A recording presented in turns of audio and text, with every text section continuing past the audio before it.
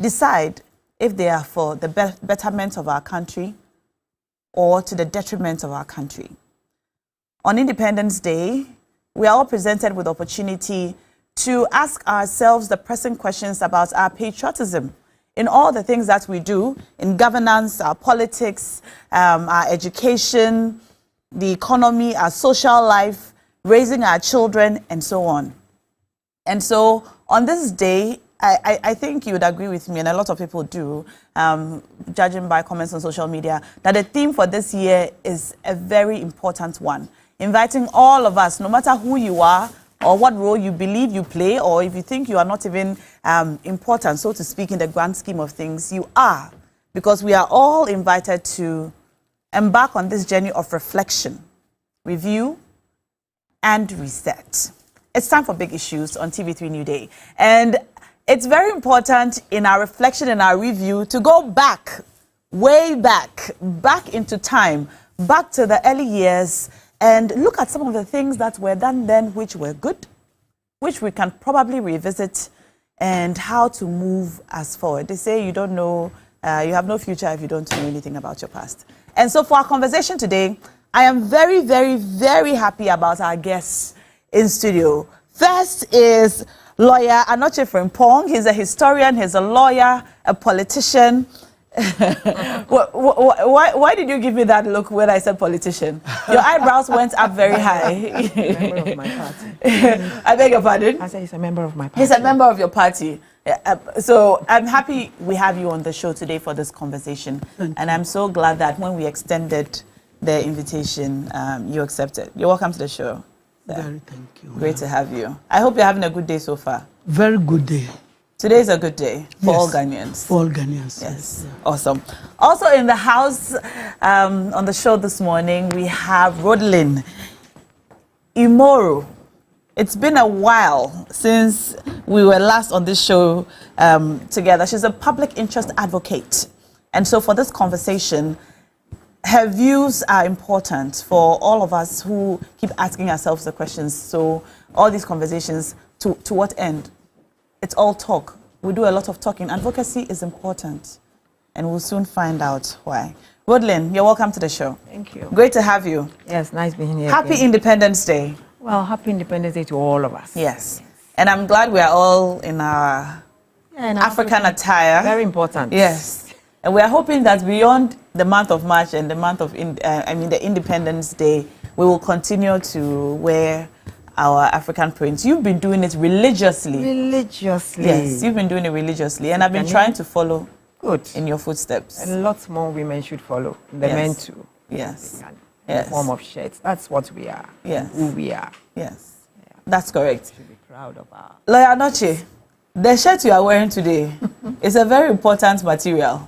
What is it called? It's called Kwame Nkrumah pencil. Kwame Nkrumah pencil. Rodelyn, you knew that? Oh, yeah. It's a popular material from the 1960s. Well, it's been there for a very long time. Okay. From the 50s. From the 50s. It's been there for a very long time. Okay. And what is Kwame Nkrumah pencil?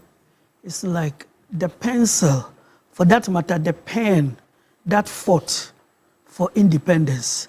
You see, in the case of Ghana, unlike many southern and eastern African countries, we did not really fight using guns in order to win our independence. Ours was, by and large, paperwork.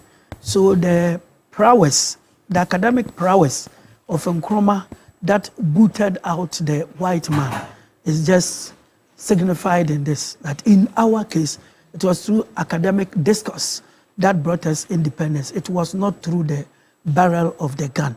So that powerful writing of Nkrumah. Kwame Nkrumah pencil. Wow. I'm enjoying this conversation already. That's a piece of important history. I like the way both of you just together said Kwame Nkrumah pencil, but I'm sitting here and I had no idea what it's called, even though it's obviously of national significance, because it's one of the fabrics that have been around for a very long time, and the fabric houses continue to produce it. So that's a piece of history for you millennials and Gen Zs who don't know Kwame Nkrumah pencil. It signifies the peaceful academic discourse. That's the route Nkrumah took to bring us our independence. Thank you for that education. And perhaps you should go and look for a piece of this cloth and buy today as we celebrate our independence. But for our conversation today, we have been invited on this day to do some reflection on a lot of things that make us who we are, on where we have come from, where we are now, and where we hope to get to, and to review and then reset. I'd like us to first take a step back and do the reflection first, as has been arranged, reflect, review, and reset. Let's first consider some of the important things in our history, which we celebrated or we continue to celebrate as a people, which we probably should go back and revisit. I'll start with you, Lawyer Noche. What are some of the things in history, especially under Nkrumah, that you know and can share with us? Okay. I believe the most important thing was the fact that Nkrumah projected what we all know as the African personality. And it's epitomized by the fact that he wore the NT smock during the Declaration of Independence. When you say NT, it's historic, Northern Territories smock. In those days, anybody who wore that smock was identified with Northerners. And the white people themselves had created the impression that Northerners were second-class human beings. And it was psychological just to be able to get half of the people of the country to be in the mining industry, cocoa industry, all other industries, because putting up schools in Cape Coast and Accra and Kumasi had made the Southerners sophisticated, and they would not listen to them. It was one of these reasons that made Nkrumah one of the greatest leaders in the world. The moment he came to the scene, he identified with those people and started wearing their cloth, which nobody would like in those days, and used it to declare our independence. And immediately, spiritually, the North and the South got bridged. Today, I believe that the House of Parliament should make it almost as a decree, a cardinal principle for everybody to wear the smock. It used to be NT. NT means Northern Territories, but after independence it became Northern Region. So everybody should be made to wear the smock over there. It is a national attire. African Americans identify with it. And then the usual kente. So when you go to Parliament, maybe the women can wear very nice kente kaba in a manner as I see yours and Madame. And then every man to wear the smock. Because when you go to Nigerian Parliament, you don't see them wearing suits. Nigerians will always wear something Nigerian. And luckily, in the case of Ghana, the smock is so handy. So I believe we should go back to that. The next thing that we should do is that when I was coming, I heard you asking questions to the public as to how they thought about the mini independence celebration. Yes, if I should put this modest one or mini one. Now let me answer. During Kwame Nkrumah's time, the way we celebrated independence was like this. Let's say 1957. If, we had a, internal self-government from 1951. So up to 57, whatever achievement Ghana had made during the parade, we exhibited those items. So for example, if by 1958, we have, let's say, the sugar factory, you will see workers there exhibiting Ghana-made sugar, Ghana-made matches, Ghana-made this akasanuma, because we were making our own fridges, vehicles, and so many things. So on Independence Day? Independence Day every year, we showcased the milestone the nation had got to. So year upon year, we were showing to the world what independence had given us.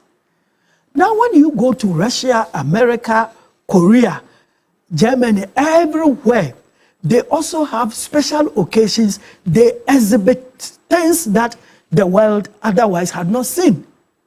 They exhibit. You see, North Koreans, they have interest in exhibiting weapons of mass destruction to let you know that, yeah, we are also there.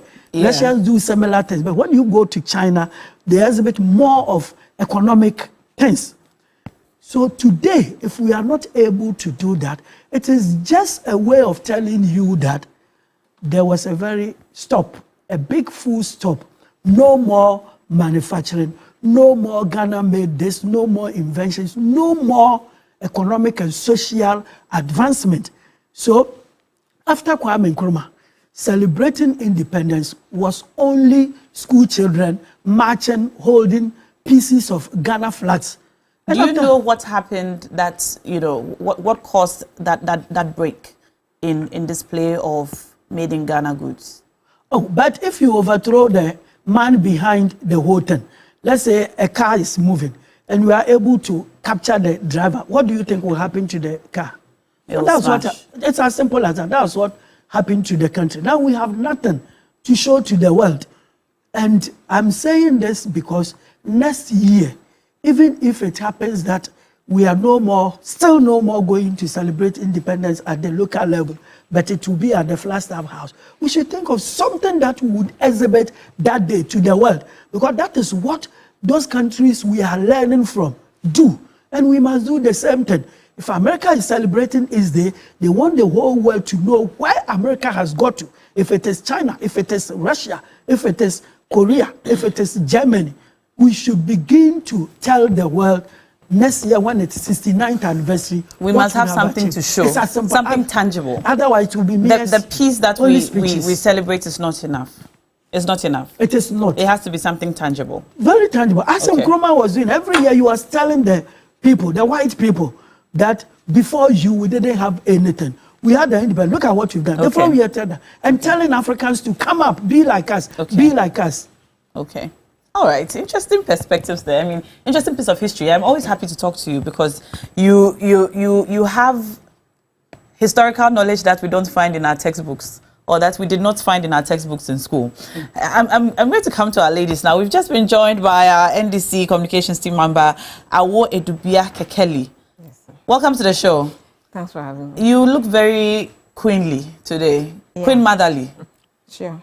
Happy Independence Day, and Same thank you for joining us. But before we come to you, let me come to you, Rodlin. What are some of the things that we think we need to look back on, reflect upon from our history? From our history, I'd like to say good morning to all our viewers, and also to wish every Ghanaian a happy Independence Day. We've come a long way. We have. It may not be perfect, but I think that we've achieved a lot for ourselves. Being able to speak, being able to educate ourselves, being able to look after ourselves when we are sick. Those are achievements. Because at one stage, we had problems with all those things. We were not relevant, so to speak. I think that as Ghanaians, there are so many things that we have to reflect back on and ask ourselves a few questions. For those of us who saw a bit of Kwame Nkrumah, even though we're young, we realized that so many things that was done then were things that were made to move the country forward, made to improve the lives of Ghanaians. There were things that made you know that you had to be patriotic as a Ghanaian. You had to bear in mind that you were a Ghanaian, you were respected, Africa was looking up to you, the West was looking up to you, and therefore everyone at that time was always out to make Ghana proud. In as much as I would say that the Ghana that I saw, we didn't have so much of a Western influence. We had a lot more of the Russian, the Chinese influence. The time that I was growing up, the Ghana I saw. Okay. And most of the people who came around to help us develop this country. They were here to show us how to do things. We didn't have enough architects, we didn't have enough engineers, we didn't have enough doctors. And those were the days that Ghanaians were given scholarships to go to the Eastern Bloc countries. They went to Germany, they went to Yugoslavia, they went to Bulgaria, they went to Russia to train as medical doctors, as structural engineers, as, you know, all sorts of things. And they all came back to come and help Mother Ghana. But it would surprise you that even when they did come back, we failed in the sense that these were people who had helped us, but when they came back, we looked down on Russian-trained doctors. We looked down on Eastern European-trained professionals. Why? Yeah, that's the whole thing, because there was then the change. When the change came, we shifted because we felt that they were inferior. Our minds were more towards the West. Really? Yes. Yes, we shifted. It was something that when you came back, you know, people didn't even want to know you. And you know, it's not far-fetched from what is happening now. Until recent, Cuban-trained doctors were looked down upon in this country. People thought that, oh, he's Cuban-trained. That means he's not so good. You must be trained in the UK, in America, in Germany, you know, Western Germany, or that kind of thing. So as a country, we've come a long way. Because today, we can talk of very highly qualified professionals doing great things in the world, not just Ghana. So if you're going to reflect back on our independence, we've had an opportunity given to us by our forebears. They worked so hard to give us the basics that we needed to propel ourselves as a great nation, Ghana. But somehow, unfortunately, we have not been able to do that. We have failed in so many ways. This should not be the Ghana that we should be importing food, basic toothpicks, you know, stuff like that. We shouldn't be. A Ghana that provided for itself was what Kwame Nkrumah left us. We had enough to eat. We produced so many of the things that we ate. The cloth we put on, we produced them here. The radio, the communication, we had it here. To the extent that Boafo, our first vehicle, Ghana-made car. What's it called? Boafo. Boafo. What kind of car was it? Not the Chulele. This was a small one. Boafo, yes. Boafo, it was a small, like a Mahindra type. I see. Yeah. Boafo. It was produced in Ghana. Yes, in Ghana. And we, you know, and then we assembled a Casanoma TV and radio and all that. You know, these were things that were done. And to think that at that time we produced our own corned beef. And wait, I'm interested in Boafo. Which manufacturing? It was from Kumasi. It was from Kumasi. Yes. The KNUST. Yes. They produced the vehicle. Yes. Called Boafo. Boafo. I see. And it was running. Yes, it was running. I see. Ghana made. And what happened to that? Well, after the coup, everything stopped. The production also stopped. Yes. Everything. They will Everything stop consciously. Sanyo went out. And import Western cars. Yes, it's true. After the coup, everything went. There was no need. They didn't see any need to continue. You know, to continue at least to improve on it. Just if you look at the history of car making in India, they went on and on, improved, and now we buy Indian cars. If you look at Japan, those days we used to say Japo. Nobody wanted to buy Japanese things. You used to say what? Japo.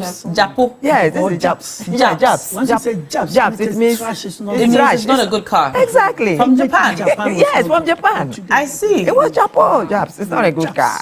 Ah. You get me? But today we're buying from them, you know, with pride. With pride. But these were things that anything, if you bought a shoe that came from, you said, no, this is not good. Because Ghana was producing good quality things. We had Bata giving us good quality shoes. You know, Achimota sandals for us to wear to school. They were I mean, there was so much. You know, you look at Bonsa tires, producing tires for our cars. Today, this is 2025, and we are importing everything. All these things I'm mentioning to you, we are importing them. So did we go or did we come? We've taken many steps backwards. Backwards, and that is very sad. So on sober reflection for today, I think that we ought to be looking at our governance structure and then at ourselves as to whether we want to actually be Ghanaians, you know, because it seems we are more interested in growing other economies than our own. It will surprise you that when you wear a cloth to certain offices, the first thing that comes to mind for some people is that you are most likely uneducated because you're wearing cloth. Wow. Yeah. So you wear a cloth, and somebody else comes in a skirt suit or a trouser suit, and that person gets a good reception. Yes. Yeah. When I was growing up, I saw the exact opposite of what you're saying. Exactly. Those who were in cloth were rather considered probably, you know, not elite. Yes, that is it. Why should it be so? But I think at this point, though, we balanced it out a bit. We've still not balanced it because the importation. So? No, we've still not balanced it. Okay. You see, what we are doing is that, and we relegated our cultural cloth to Friday wear. Yeah. It should be everyday wear. It's not supposed to be. We must make sure that it's worn with pride. I think the Friday wear was introduced to encourage us to want to wear the cloth to work. Yeah, but because there was a time when we only wore Western clothes to work. At least when I was growing up, that's what I saw. yes, that's So the Friday work sort of introduced it. It was supposed to be a slow introduction, but now we have just kept it at Friday. yeah, it shouldn't be. Yeah. We should And be then able, in the month of March. Well, we should be able to adapt Yes. all these words. We shouldn't expect to be seeing suits in our parliaments. We should be seeing cultural wear, nice traditional wear in our parliaments. We should be able to. I get so excited when I read that Burkina Faso has removed the wig from the lawyer's head And introduce a cap, robes. a traditional cap and a traditional robe. I mean, we had independence before Burkina Faso, and a young man is suddenly beginning to think that we have to put things right. I mean, you ask yourself, in the heat of the sun, you walk across High Street in Accra, and all the bankers are wearing suits and sweating. Yeah. Why? Is it by force? You know? It is actually. Yeah, I mean, but we But it shouldn't. shouldn't be. It shouldn't be. Yeah. We should be able to at least grow our own country in our own way, eat our own food. Today, everywhere you pass is a Western diet.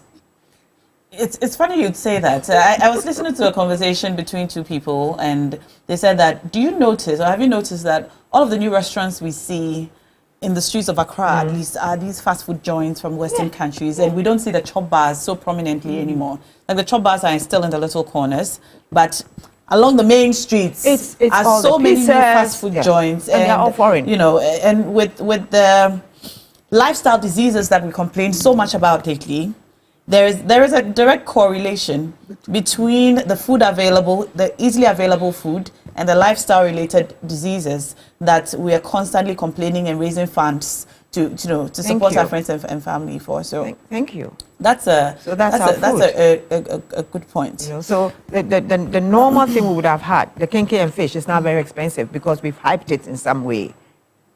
But we have to hype it. Our traditional foods. You see, but that is where we have the problem.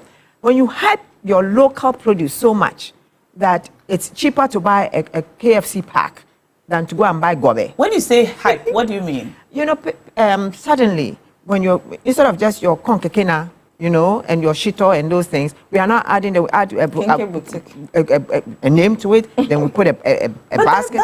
That is actually good for our local cuisine.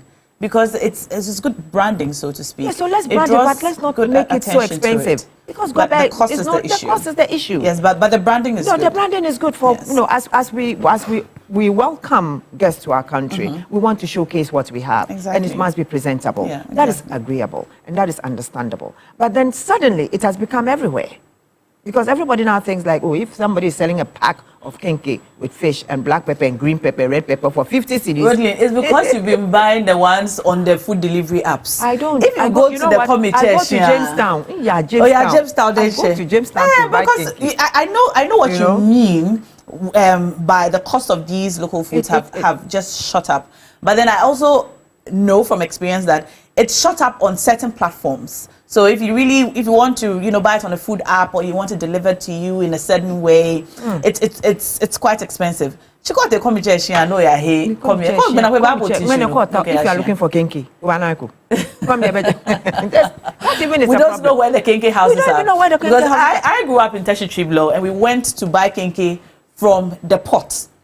And so when I went to secondary school and I came back and I saw that kenke was sold in like a glass, like what do you call it? You know, the glass frame. It was a shock to me when I came back from secondary school and I saw that, because I was used to buying it from the pot, and my mother would say, so we know that we have to buy from the bottom of the pot. But now you don't even know which kenke is from the bottom. Exactly. But that's just a side point. And you know, in those days you'd find things like that along the streets. Yeah. You know, but these days it's not there, because even the traditional Ghana women who make this kenke, after they died, their children didn't want to make the kenke anymore. So you don't get kenke in Accra all the time. Sometimes you have to travel to look for kenke. You know, so and meanwhile you can just pass by and you find a check. Yes. Anyway. Yes. You can buy foreign food anywhere. Well, that is why this conversation is important as we reflect on where we were before and where we are now, and the things that we need to take positive steps to change. Because this point you make about our food is one that especially young parents of nowadays need to care about, because our children want to eat pizza, they want to eat French fries, they want to drink fizzy drinks. They don't know asana. No, they don't like it. They don't know fula. They don't know otinshino. No. They don't know even what I think at least Sobolo has done well. Producers of Sobolo have done well. Yes. So because now Sobolo is everywhere now. They've made it, they packaged it in a way that is attractive even to importers. So that's great. But it's good that we reflect on these things and do better. Yes, dear. I'm really learning from this place. So it's as if I'm enjoying. Greetings to our viewers this morning and Prof. Dr. Ewanochi from Dr. from our history. Auntie Ridley. Happy anniversary to all of us in the studio. And you know, one issue, let me also pick it from a different, because some of the things they are saying, I'm hearing them for the first time. I don't even know. I met Akasanuma, that one I met, especially the box, the radio. Because my grandmother used to have it. I didn't meet the television. And the car you spoke about, I've never even heard of Waffle. I met the Chololi. Glass. Yes, that one I met it too. Bone shaker. The bone shaker. And honestly, greetings to our president this morning, and I say kudos to him for cutting down on this whole celebration thing. Honestly, I have had issues with it when we have school children line up in the sun. There is no water. Sometimes we have to carry even service personnel because they fainted out of stress and the heat and all that. So when I heard this, I was happy, because you see, other countries do it and we sit here and we hail them. We say, well, they've done well, they are saving us cost and all that. But as soon as it's a Ghanaian thing, we all have issues with it. And we want to lambast the president for cutting down. The only issue I have is getting in here was a problem for me, because the police, I had to tell them I work here. Either than that, I think I had to walk. Because the celebrations are just next door. Yeah, and they have to block. I understand. Sorry about that. Oh, it's okay. It's one of those things, you know. The accounts will say, open year. You know, I was telling Shadrach that today is Ghana Day. At least we should be made to speak Chi. This our nation, this our people. And the English thing is killing us. You see, when I heard the MP speak Chi in Parliament, I was kind of thrilled. For me, we are not saying we shouldn't learn or upgrade. But once in a while, we should, at even our board meetings and all that, make people even understand more. We go to lectures, we go to the classroom. You ask students, are you okay? Do you understand? Everybody will tell you yes. Yes. You ask a question, go all over again. The whole show. The whole show. And you ask. So these are the same people who say they understand. And one thing I want to speak about when it comes to education, at least from the kindergarten to wherever point that we can and help our kids or the generations after them, if we have been failed, at least we shouldn't fail them. We should be able to teach in our local dialect, depending on where you are growing up from. You know, there is a guy who reads Tree News in one of the TV stations. So when my children are Gans, they are like, when I saw the name, mommy, I was like, why is she reading Tree? I said, why shouldn't she? Yes. You are a Gan, you don't speak Gan. Because my father-in-law felt that I'm aware and equipping. I beg your pardon. Okay. These are live visuals we're bringing you from the Jubilee House that you see on your screen now. And we will bring you the full coverage as soon as the activities commence. But these are live visuals from setup to some of the service personnel getting ready. We see the chairs and the canopies. Very small number, you know, as true to the president's word. 500. Yeah. Yes. And there we see the canopy where the president will be addressing us from today during the modest 68th Independence Day celebrations live from the Jubilee House. So you stay with us. As soon as the event begins, we'll bring you the live coverage on TV3. But these are visuals, they're live visuals, just to show you that they are getting ready. And when they are ready, we'll be ready to bring you the live coverage. And yes, back to you, Awo. So, your children are guns, you're Ekrapem and Ewe. And your in-laws feel that you don't have to speak your dialects with them so that they don't pick yours. I feel I'm also not a Gan, so I shouldn't also speak Gan with them. So we end up speaking English in the house. These children grow up, they don't even understand the Ewe.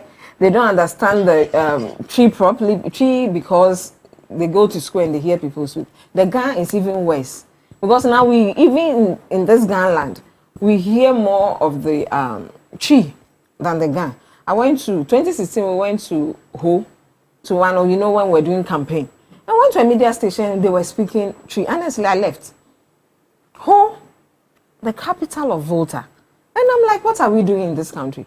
I'm not saying that we are all not Ghanaians, but that is an environment that people identify with.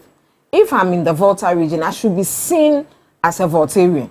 You know, those times when growing up, I can be naughty. When I go to the Volta, I'll tell them I'm Ekrapem. When I get to Ekrapem, I tell them I'm Ewe. And so my father was like, you're just trying to be naughty. And I enjoyed doing that.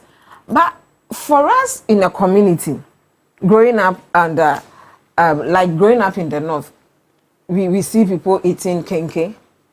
We see people eating fufu more. When we have all the tuwo, we have all the green, whatever. It's not an Nkrumah. No, it's not like being. I'm only saying that. I'm trying to say that you go to an area and see that a different culture is rather trying to dominate, and that's what we are learning when it came to the food thing Auntie was speaking about. Instead of us doing ours as Ghanaians, I prefer the abum and my apem more. These children are like, we don't like that. We want this, we want that. Because you have a father who travels a lot, so anytime he's in the country, we want to eat in the restaurants, we want to sit here, we want to do that. And you don't even have the good chobas. The last time I made a mistake of buying fula, I regretted. What's wrong with it? By evening, it was... It separates. No, it wasn't separate. It became slimy. Old. It was old. And you know, fula can stay more than a week. And I was so surprised. Some of the things we now buy, even from here, we don't have them done well. You go and buy some of that sana, some of this, the Ghana one, what's the name? Meda.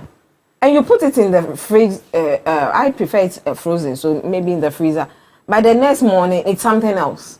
Things are separated from each other. You ask what is happening. We want to partake of our own thing. We want to believe in ourselves. We want to do more of this. But how many times do we see people produce quality things? I bought a Kumasi sandals in Côte d'Ivoire. And it lasted me more than the Kumasi sandals I bought here. Was it made in Côte d'Ivoire? No. It was They made it in Kumasi and took it there to sell. I think they have market days that they carry those things to sell. So they export a better quality than the ones that they sell here. So what are you trying to tell me? I should go in for the foreign goods that like the Italian sandals and all that. And I kept that sandals for a very long time because I just wanted to compare. You buy the ones here, by 2 months it's gone. But that one was more than 2 years. I kept it. That is the same Kumasi made. And I spoke tree with them before I bought that thing. And so when I saw the thing, I realized that it was quite different from what is sold here. Yes, what is sold here. Or what we produce here. Or we produce the inferior for us and we take the quality out. Some of these things we should ask ourselves. We have this issue of Chinese taking over our markets, especially when it comes to our prints. Are we not the same people who give them the design to print for us? And why are this thing factories here that produce these prints not doing well? I'm sure the ones we are wearing, if we really want to go into it, we realize that it was not produced here. What is happening? Well, that's the problem that the fabric industry has been trying so hard to curb. Yes. A lot of our fabrics, there's an imitation version of all the good fabrics we have from our fabric houses, from GTP, and so on. They are just dying them, slowly. Yeah, from China, and they bring them. And I see that they're putting out like a lot of measures for customers to tell the original ones made in Ghana from the ones made from China. And I should say though, because this is something I've been interested in and I've looked into, the ones made in Ghana are of a better quality than the ones that are imported. And they're expensive. But they are of a better quality. So that's one of the problems that have come up, the cost. The cost. But the long-term benefits of that thing, I mean, if you buy original GTP of Lisco from Ghana, and you can have it for years. How many people understand some of these things? So that's the problem. So we have to have, I don't know whether it will fall under the tourism authority or whatever, and trade. We have to do more of this. So people will really understand that buying the made in Ghana print will last you longer, which we've seen. Most of the clothes that I inherited from my grandmother, I still have them. Exactly. I still have them. Exactly. And some of them, those times I just redo it. But now I'm just keeping it. Maybe because of the stars in future, you can wear it to show up, and all that. Because we are growing at least. So some of our producers too, the local producers, like the factories we spoke about, if we can go back and revamp some of these factories, like the shoe factories in Kumasi. I think 2016 we tried something, but unfortunately we left power. I don't think it's being that vibrant. If we can go back, at least whatever they are producing and sending out there to sell, can we still have the same thing here? Because I love Akinema a lot. I love most of these local things, because sometimes it's not every time that you can just get up and be wearing shoes and all that. Like Auntie said, sometimes when you wear kaba and slate to a place, today I took dress and I was like, this is Ghana. You know, I can't go to the office with this. So the last time I asked somebody, the Muslims put on their hijab. They use, those of them who don't use the hijab, they still use the scarf. And they are welcome in the offices. But for someone, ordinary person like me trying to do that, everybody will be looking at you. What's happening here? I sat in a reception, and as if I wasn't seated there, the kind of comments that was going on, I don't know whether looking at my face, I didn't look like an educated person. Because of your scarf? Because of my scarf. And I didn't even do it well like today. You know, your makeup lady did this for me. I see. It's because we are not even learning some of these things. Yeah. At least it should be part of us. I didn't see my mom do more of the scarf thing. So I didn't grow up, because I love scarf. I have this thing, so I know that's I don't want to mention it. Yes. I know that's the reason. That's the reason why God gave me. And as an African, I should be able to do this and do it well properly. Yeah. Now, when you go to the internet, you can see some of these things being. You can experiment it and try. We should try and do more of these things. It shouldn't be a Friday wear. For me, when I saw it and it's African, I wear it any day. Exactly. I don't have to wait for Friday. I don't have to wait for March. I don't have to wait for whatever. I've seen suits. I'm a head of a unit in my church, and I was like, let's use a print for a trousers. And people were like, it is not possible. How can we use print for trousers? We don't do that. So I had to now go on the net to look for some for them. And fortunately, I got one for a wedding, an engagement that the men were in the print and with their tights, with their shirts. The foreign shirts, if I should put it that way. And now I brought it and everybody was quiet. So some of these things, do we even have to wait for someone to do it? You can also start something. Let people know that we should be at least innovative. We should try some. I always tell people, I always want to be a pace setter. At least let me start something. Let somebody also follow. It shouldn't be that Auntie Rodali did it before. I also want to do it. Or I saw it somewhere and I want to try it. At least, especially with our prints. And if we really also want to help our producers in this country, when it comes to the African print, we should also work on our trade, whatever. You know, things coming from China are quite cheap for whatever reason, we don't know. Because they use inferior materials to produce it. That's why they come in grades. And it is the Ghanaian who brings the cheap. Yes. Look, the phones. So they make different grades of the fabric which they are imitating, and then Ghanaians buy the cheaper grade to bring here. I see. Because let someone give you a phone made in China from the UK. It's different. The quality is different from the made in China from China coming to Ghana. Let me read a notice which the police have sent out, and then I'll come back to Lawyer Noche to talk a little more about our history, where we are now, and where we should be going to.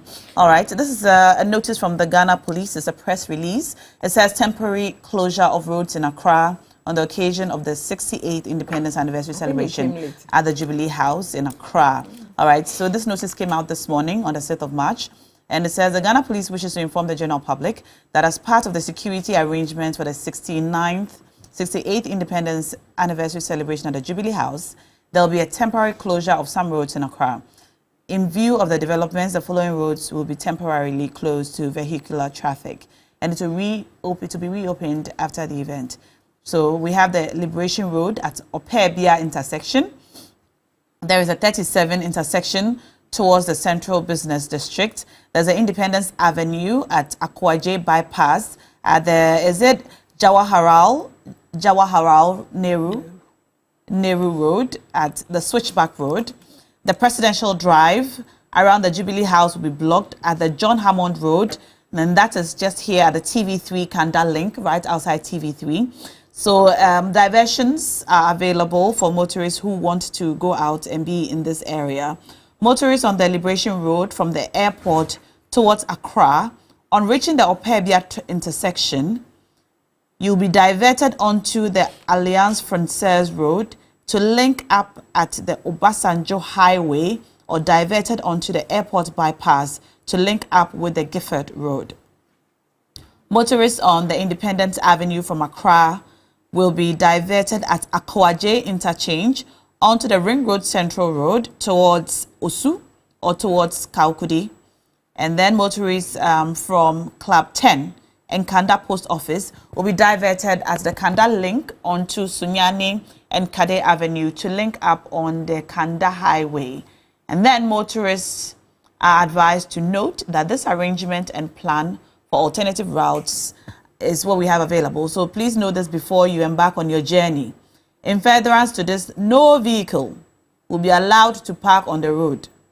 No vehicle will be allowed to park at any unauthorized place or drive through any of the roadblocks.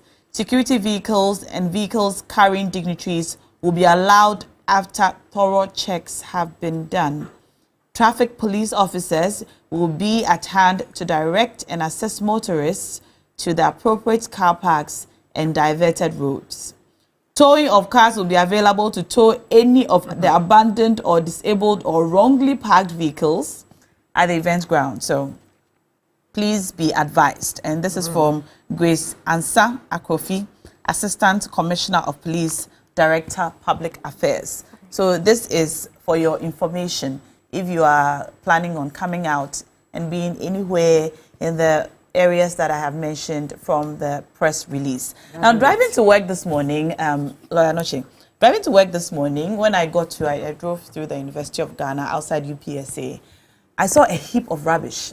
Now, I've been looking at that rubbish for, I think, the past 2 weeks. It's been gathering slowly, and now it's a heap. There's another heap. Is it the University of Ghana bypass, the newly constructed road? Well, it's not so new anymore. But I was looking at it and thinking back. And when I was younger, I remember there was this very often, I don't know how often, cleanup exercise where we were all required to come out and clean the gutters, clean the streets, and so on. Accra was cleaner. I don't know what the situation was back then, or if there were any laws on sanitation. And just our social welfare, we've talked about the things that we eat, now the food available, the sanitation, our environment. The only bad smell I ever smelled back in the day, was when I drove through the Koli, around the Koli Lagoon. So it was a common thing that we said that the Koli smelled bad. But now, just walking through Medina, just walking in the neighborhood, you notice that it's not like before.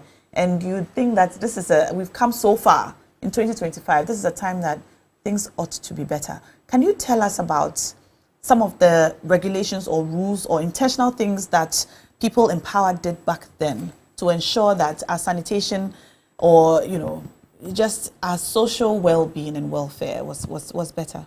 Madam, the rules have been the same. They have always been there. Okay. They have not been repealed. And even a few years ago, we had only an AMA, Accra Metropolitan Assembly, which used to be Accra Tema City Council. Is it the same as the town council? The officers there, we call it the town council people. And these town council people, when we were young, you say tankers, they will enter your homes. Yes, they will enter your homes, open your buckets, water drums, everything to check whether it was good for human consumption. You know, so the whole thing is just a system that has broken down because the laws are there in the books. And at the end of every month, somebody is paid. And I was trying to say that even in those days when we had one Metropolitan Assembly working, things were okay. Then later on, we felt that it was too big to be properly functioning. As a result, we should break them down.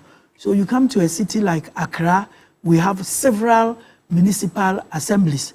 Sekondi, Takoradi, Kumasi, the same. So it means that it becomes even easier for the district assemblies or municipal assemblies and the metropolitan assemblies to take care of their territories and jurisdictions. If this thing is not being done, I believe it will be too much to expect that public-spirited people would organize and then go and do communal service. Yes, it is good. And when people don't have jobs, when politicians are lauding themselves over others, where you were coming from, a politician from maybe Western region, Northern region, Volta region, whose only entry into Accra was possibly because he entered the University of Ghana. And he doesn't know anywhere, only the Legon area. As myself, when I came from Kumasi to Accra, at that time, the only part I knew was the University of Ghana, Legon, before I asked somebody to tell me that my uncle was a soldier at Bema camp. And then one day I went with friends to see him, and I got to know more relatives. Otherwise, only Legon. Next time you vote for this man as a member of parliament, and then he has acquired 2-3 houses, not at Odoko or anywhere, it's Legon. You are looking for him, you can't get him. Another 4 years, he has got enough stuff to bribe you to vote for him. When things like this go on, and you remember that, you did BA or BSc with that person. He was even your junior. You were even feeding him. Today, look at his standard of living. And then they ask you to organize and go and clean a certain place. Will you do? Look, we need to do a lot of reform, introspection. If we're able to do this and the whole nation is moving forward, you wouldn't need anyone to organize people because it is a system that will be working. That is all. It's as simple as that. So we don't need to, there are no, or you cannot recommend intentional steps that we need to take.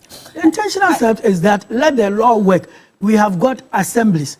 They know that nobody is supposed to do nobody is supposed to do this year or that year. It must just work. Let me give you even a worse scenario. And I'm happy there is an NDC communicator here. Okay. And when she came, she acknowledged the president. I believe maybe they have a very good rapport between them. And this thing is extremely dear to my heart. Look, you touch down from the plane and then you come out and a host of people meet you. Beggars, disabled people, sorry, not from this country, from other countries I wouldn't want to mention. The Sahel. At the very point of meeting foreigners.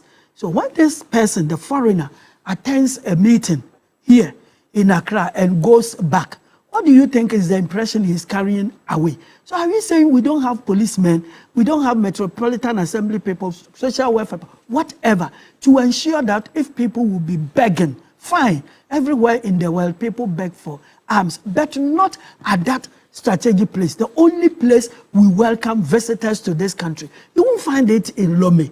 No, I know Lome. I know what you call Ouagadougou. I know Abidjan. I just want to tell you, without going far, I know almost every city in West Africa. It does not happen anywhere, not even where they come from. And then we sit down so loosely for these people to come and do this. And a big eyesore. No, I see them doing that at Kaneshi. Fine. I don't see international visitors going there. It's so remote from the airport, but the only international airport. And then you see hundreds of people begging for alms over there.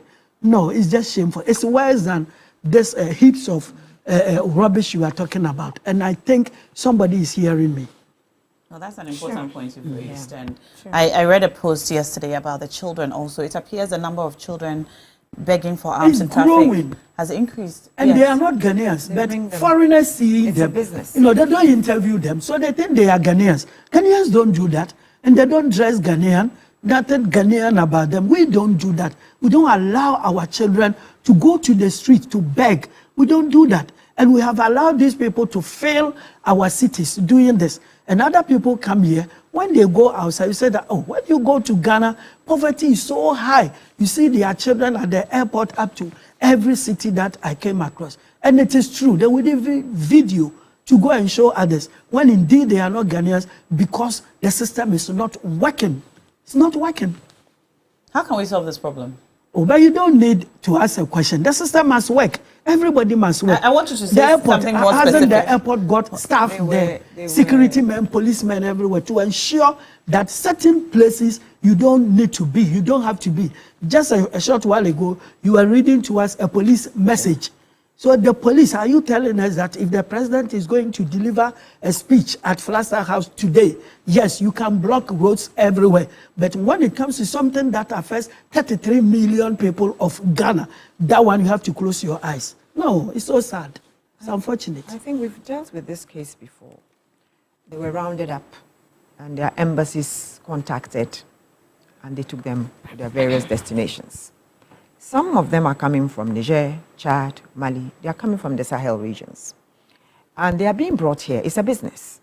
They are being brought here by people to come and beg for alms, you know. And then after, I think the families back home are paid something. So we can still work around it by contacting you mean them. some sort of child trafficking? Yeah, it's some form of So they don't child come with their parents? No, they don't come with their The parents. women they are with are not their parents? No, they are not. Most of the time, they are not their parents. The children that you see do not belong to the women who hold them, some of them. They actually go out there into Chad, Mali, and all those places, into their villages, and they bring them. They offer their parents money to bring them to Ghana for them to come and work. So they come and beg. And if you go to certain areas within the Zungo communities, they will tell you who their bosses are. They know where they are. I think we watched a documentary where they went and they interviewed the leader of those people. They bring them. It's a business, and we shouldn't allow that. I think that this is not something that we cannot work with. We can go to their embassies, write to their embassies, and ask them to take their people off our roads, you know, from the streets. We can also, I think this should be under the foreign ministry, to be able to write to the embassies that your nationals are on our streets and we want them out. But first and foremost, we can just round them up. And if you round them up, you interview them, you know where they are coming from, either Chad, Mali, or whatever. So we can do that. But when we come to talk about the environment and the sama and those things, I think that one thing we must recognize is that if you don't provide bins, you know, refuse bins, people will normally throw things anywhere. Growing up, we used to sort of like pour rubbish into heaps, burn them, and then you find contomere and things growing there, you know, to serve other people. But the population has grown. So it is for us to start all over again, educating ourselves that we need to provide bins for people to put garbage in. But the cultural thing is that all of us know that when you wake up in the morning, you sweep in front of your house and its surroundings. In the villages, you find them looking very neat because everybody sweeps in front of their homes. They go to their markets and sweep where they sit to sell. But when you come to the city, everybody feels that it's the duty of the assembly because they pay dues and tolls to the assembly. So why should I do it? And for me, that is very wrong. Then the other thing too is that we have a problem in this country. Markets. How do markets develop in this country? Apart from the Kaneshi market that I know that was purposely built as a market. And probably you look at Makwala market, which also sprang up as a market. Most of the markets... It wasn't a designated market area? No, I mean like Makwala was a market with shops and all that. Then it was well demarcated. You knew where to buy textiles, you knew where to buy food. You know, if you wanted certain items, you knew where to go. You understand? That was how the market was. So you don't go looking for cloth and find somebody selling pepper there. You don't do that. But today, you just need to... All right, we're just showing you again live visuals from the Jubilee House, where we see that the Independence Day celebrations, preparations look pretty much complete. Some of the guests are beginning to arrive. We see some of the vehicles pulling in. Some of the guests are beginning to arrive for the 68th Independence Day celebrations. This version is a modest one, pulling back from the large-scale celebrations we have been used to for over 5 decades. And this time, there will be no huge parade at the Black Star Square. There'll be no, masses of school children and men and women in uniform marching. But we will have the president deliver the address as it has been done every year. We will have the hoisting of the flag. We will see a parade of sorts, but not to the scale, not on the scale that we are used to. We see some of our men in uniform already lined up over there. I think this is the number we are getting for today. This is it. This is all of them, I believe. It is a small number, and it is the modest celebration. And we will see, we don't know yet. We'll wait to see the full celebration and exactly how it will be conducted. And then as a nation, I guess we can take a decision moving forward if this is how we will continue to celebrate our Independence Day. As soon as the event begins, we will bring you a live coverage. But for now, yes, we're still in studio talking about the theme. We've been asked to reflect and review and reset as we celebrate our Day of Independence. We've spoken about the celebration itself. We're talking about now just what we are doing as a people to move this nation forward. But it appears from our conversation so far, we are not doing so great. Yes, we have a book here also, The CIA and the Neo-Colonization of Africa, White Malice. I saw Lawyer Noche working with this book this morning, and I was curious about it. And when I opened the first page, I saw that it was a special gift to Lawyer Dr. Anoche Frimpong, with the compliments of Dr. and Mrs. Adumako Mensah and their signature. This is a great gift on this day. Yes. On this day, because when we see neo-colonization, one name comes to mind. Kwame Nkrumah.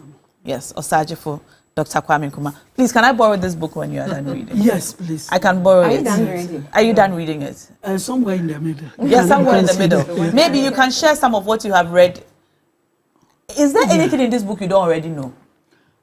Well, I have a problem. Okay. I have a problem with the new Ghana that we're building. Okay. We seem to, this CIA, this, that, is it really the fact that, apart from the fact that we do understand and we do know that the CIA had a part in destabilizing this country, after that, we seem to be always blaming the CIA instead of blaming ourselves.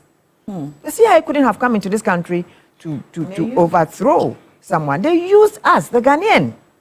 And have we changed as Ghanaians? If we look at what is happening in our parliament today, we look at the polarization within our political scope, would we be blaming the CIA for that as well? It is us, Ghanaians.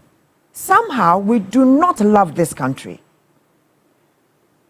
I think that when you see people massing up at our embassies, leaving in the droves to other countries, it shows that you don't believe in your country, you don't love this country. And if you think that by running away or going to another person's land, and you go and kill yourself, the types of jobs that Ghanaians would do outside, they wouldn't want to do here. So if you can find a graduate on the streets of New York sweeping, or a graduate on the streets of London sweeping, and that graduate finds it demeaning to do the same job maybe in Ghana because maybe the remuneration is not good, have you sat down to think about how you can uplift this country so that you can also have a job? Instead of always blaming other people. We seem to be blaming other people but ourselves. You employ people to an office. Public servants, our politicians are supposed to be in power to serve us, to try and create an environment that will make things easy for all of us. But what do we see? We find our own people, Ghanaians, be in an office and enrich themselves to the detriment to the rest of us. We don't see what it is that is being done for us. But then at the end of the day, they have enriched themselves. And we blame the CIA. We can't be blaming people. We have to look inward and look at ourselves, our behaviors, the way we do things. I am looking at this Independence Day celebration, and I'm asking myself, okay, it's being held at the Flagstaff House or the Jubilee House. Could we have also set up, I don't know if they have, because the information hasn't reached out to me that they have set up maybe a large screen at the Independence Square where other people who do not have TVs in their homes, where other people who just want to come out, you know, where they could have put it there and put some chairs. Well, you can even sit around and watch. Food vendors could have come. It could have been a jamboree of some sort for Ghanaians. We don't all need to go to the Jubilee House. This goes strictly by invitation. So could they have found other ways of making Ghanaians be part? You see, children, there are children who, from last year, were sleeping and dreaming of the white socks to go and march. You know, and they're so disappointed maybe because they couldn't get the opportunity to march because their sister marched. Okay. So you think that even though we're doing it on a small scale, we are depriving our children of something that they value or they look forward to? They look forward to. I think that so, across the, So I'm asking, I don't know, that's what I'm asking, whether they are doing it. I think that across the region there will be districts. The districts. Okay, all right, you're here, so you can give us more details. They are marching. Even when I was coming down, so I saw the school kids marching. I think I don't know the exact venue for my place. I'm looking at my words, but I saw some of them in cars going. I saw some of them walking. That's what I'm saying, because dressed. But from what I know, we are doing it on district basis. We don't want this big thing where people want to profit from. At the end of it, we get nothing from it. So can I go into the? No, I want us to go into the quality of our political leadership. But before that, Rodlin, we'll go into that in a minute. So we'll go into the quality of our political leadership as we reflect and review and reset. But I want us to quickly, because it has been a worry for me. Before you go, I want us to quickly cross over to my colleague Komla Kluche, who's coming to us live from the Jubilee House to let us know exactly what is happening now on the ground. Komla, thank you for joining us. Good morning. Yes, I can hear you. What can you report live from the Jubilee House right now? Well, all is set for the 68th Independence Day celebration, which was scaled down. I've been hearing you talking, or the panelists talking about the pros and cons of the scaled down of this event. Well, justification has been done for this in the past week, but what it is that the program is getting started. The arrival of the former heads of state, former John Ajekum-Kufuor arrived a short while ago. The very latest two have just arrived from the shop over there. Is the immediate past head of state Nana Addo Dankwa Akufo-Addo in your shots there. He's seated on the right-hand side of former President John Ajekum-Kufuor. Also, just on the left side of former President John Ajekum-Kufuor is the former Speaker of Parliament and the Chairman of the Council of State, Edward Doe Ajaho, in your shorts in the white over there. There are Ministers of State, the Chief of Staff, Legal Counsel to the President, Ministers of State, security chiefs, some school children are equally here, members of the diplomatic corps, who are here for the scaled down celebration. My understanding is that this is not supposed to take more than 2 hours because of what the current status quo is, or what the challenges regarding the celebration when it comes to finances are, and how it should be done on a small scale as well. For now, we are waiting the arrival of the number 2, who is the Vice President, Professor Nana Jane Opoku-Agyeman. Then finally, the President himself would arrive and the program would start officially. But as I speak, the security services are ready. The march pass by the security services, they are ready. But the invited guests are all seated as we speak now, awaiting the arrival of the head of state and the vice for the official start of the ceremony. When we come back, let's go into politics. So much, Komla Kluche. We'll come back to you when the Vice President arrives, and also you let us know what's happening. Thank you so much. We're grateful. And for those of you who are asking, we'll stream the event full. The whole event will be streamed live on TV3. So please stay with us. I see a few of your messages asking if we'll be going and coming. We're going and coming because the event has not started, but we want you to know what's happening now. As soon as the event begins properly or formally, we will cross over and then bring you the full event. And we've seen some visuals there. I think we saw some of our ex-presidents, His Excellency, ex-president Kufuor was there. His Excellency, the ex-president Nana Addo Dankwa Akufo-Addo was also seated there. And we see a lot of color, rich kente display.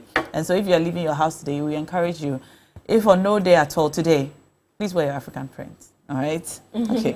Back in studio, we were just crossing over into our discussion. I know you want to speak about the environment. So you can just do that quickly, and then we'll go into our I've been political speaking leadership. about this thing, and the question I've been asking is, what's wrong with the assemblies? Since the MPP lost elections, as if the assemblies also went dead.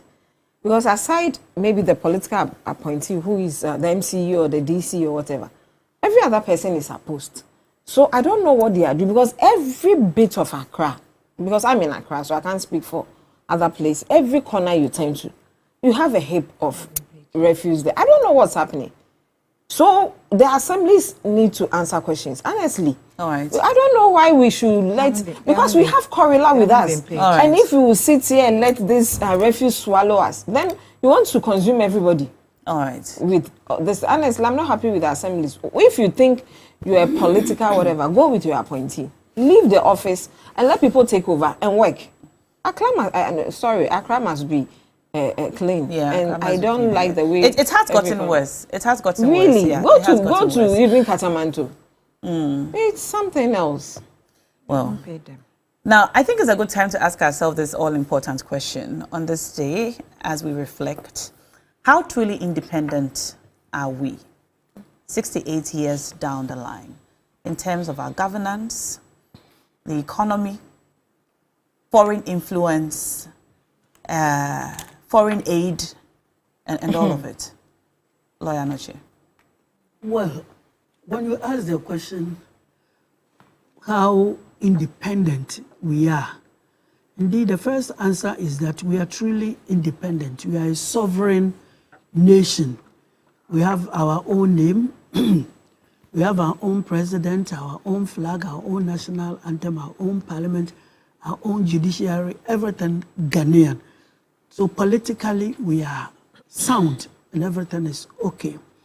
Unfortunately, if after independence, you are not able to tackle the economic warfare and win it to the latter, even to the middle, then your independence will be dependence.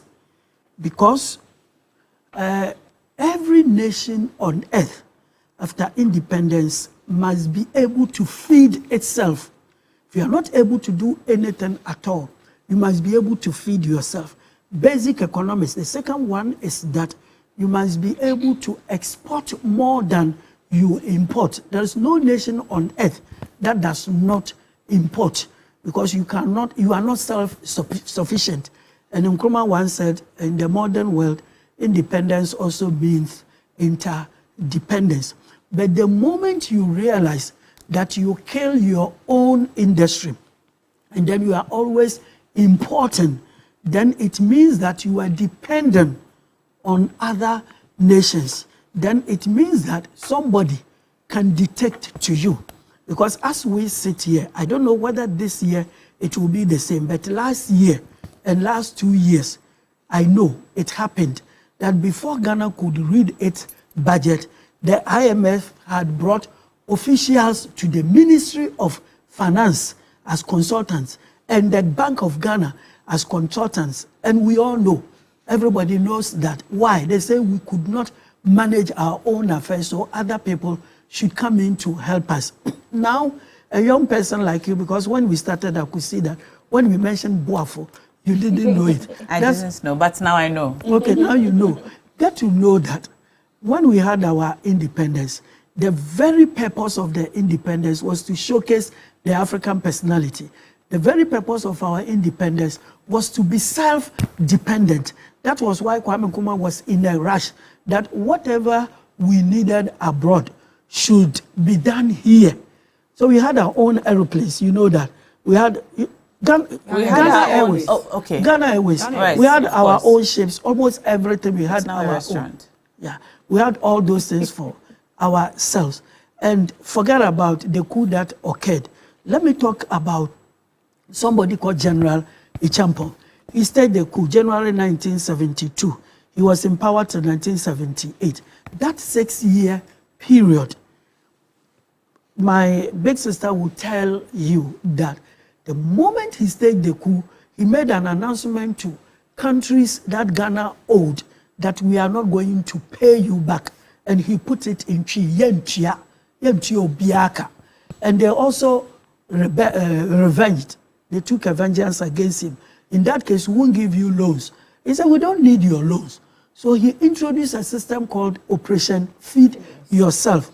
Ghana was able once again to feed itself like in Nkrumah's days and beyond what Kwame Nkrumah could do. It was the first time that Ghana started exporting foodstuffs to almost every country in the world, to the extent that Nkrumah, Ichampo had enough foreign exchange. And imagine the things that he did. The Kaneshi market, talk about Dansuman estate, which was then the biggest in West Africa. Asua Yabua estate, all the estates in Bolga and then Tamale. Yes, yes. You understand? And then the refurbishment of the Accra and Kumasi Sports Stadium for the 1978 African Cup of Nations we hosted here. Talk about the Accra Waterworks, the Weja Waterworks. Talk about Pong Waterworks. And then Nasia Rice. And for the first time, this man realizing that Pito, everybody liked Pito. But why do you find it in that in Calabash? So Ichampo put up a factory for producing Pito called Tiger Pito in the 70s. And that was General Ichampo. And the highest level of education he had was a 2-year commercial school education at Swedru.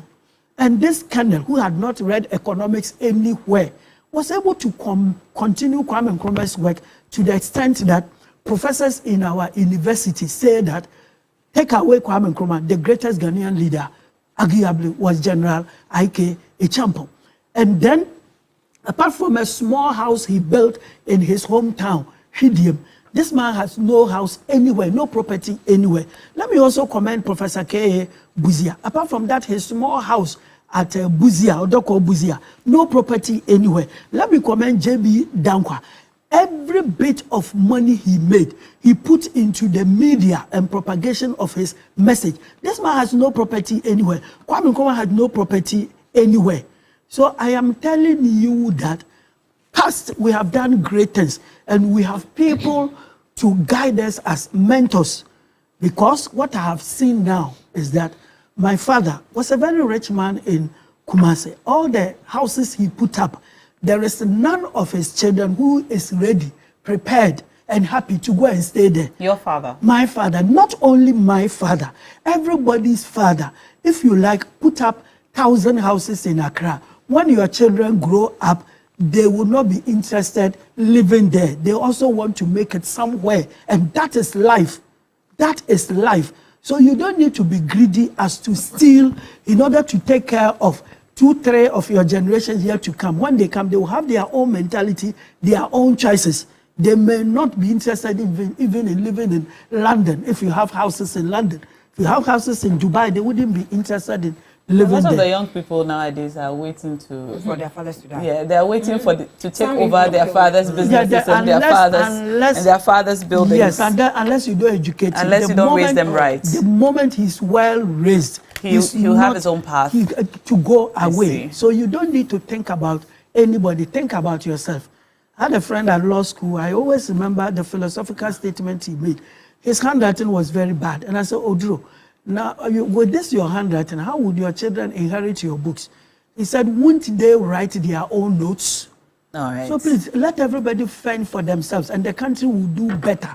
So all that I'm saying is that we had great leaders who did great things, and it is never late for us to copy. After all, when I see the Terminal 3, It makes you happy. Extremely happy. And then the University of Ghana Medical Center. Yes. I become happy. And we can have to take a replicate quick break and come back. We have to take a quick break. You're watching our special Independence Day edition of TV3 New Day. We will also cross over to bring you the live coverage of the Independence Day celebrations at the Jubilee House when it begins. Stay tuned. We'll be right back.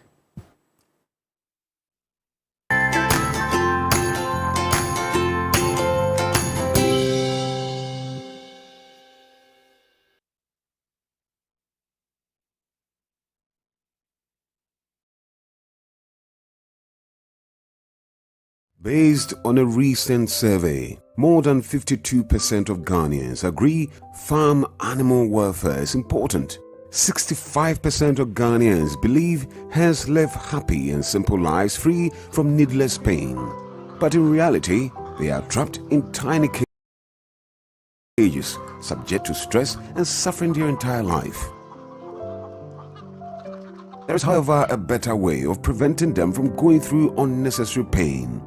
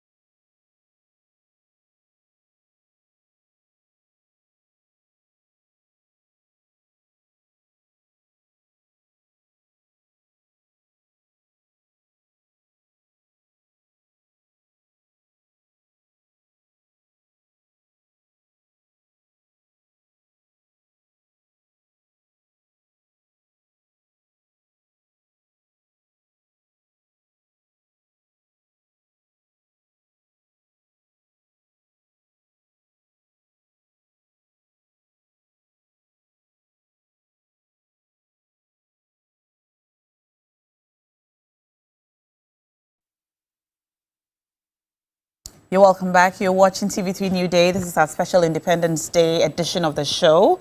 I promised you that we're going to cross over to the Jubilee House where the celebrations have properly begun. And unfortunately, we couldn't wrap up the issues properly with my ladies. I know she has had to leave us. But Awo and Rodley, I'll just, Awo, you wanted to do a special request, yes. A message for my mate. Okay. She's the wife of Bishop, Reverend Mrs. Portia Dakwa. God bless her. I want to wish her the best. You know, today too is the birthday of the mother of the nation. Lord in Amahama, wish them all the best. God bless them. Live visuals live on your screen now from the Jubilee House, where the Independence Day celebrations have begun. Our VIP guests have started arriving. We have seen already on our screens some of our former presidents have arrived and are seated as they await the arrival of the vice president and then the president. We see His Excellency Nana Addo Dankwa Akufo-Addo there in the picture on the screen in a white shirt. We also see His Excellency John Ejekun Kufuor, former president, in the picture there. Yes, now the vice president has arrived. The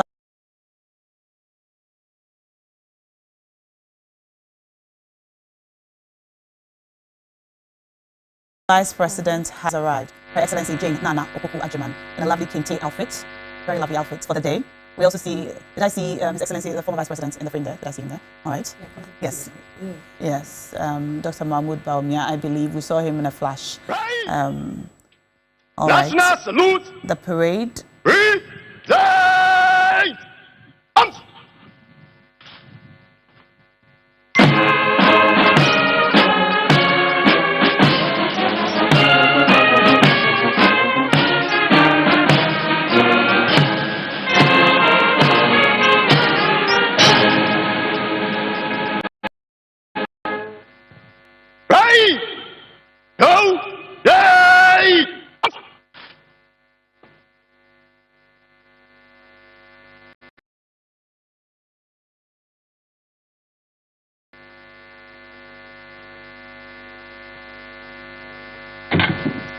You're most welcome, ma'am. Please be seated.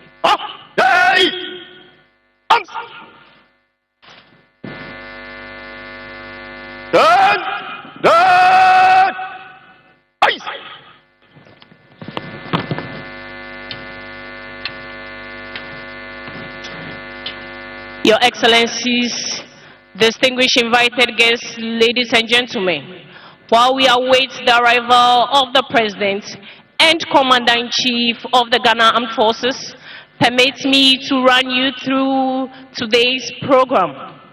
After the arrival of the President, we shall have the national salute, the national pledge, followed by traditional prayer, Muslim prayer, Christian prayer, then inspection of the parade and lighting of perpetual flame, after which the band will display.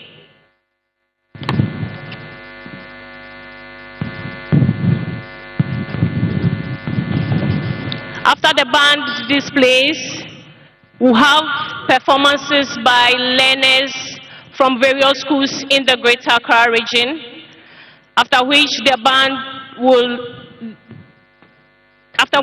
parade will advance in review order, followed by the drum appellation, after which the President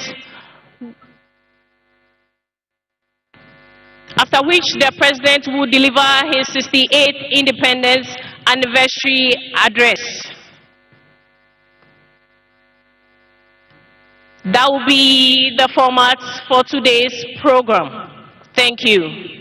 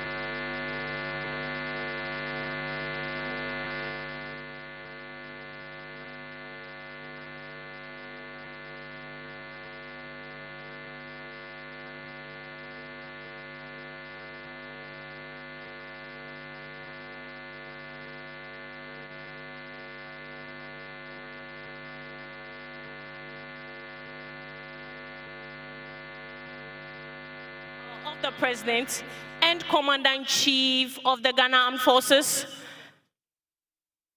Distinguished, kindly permit me to give a brief background of our colors this morning.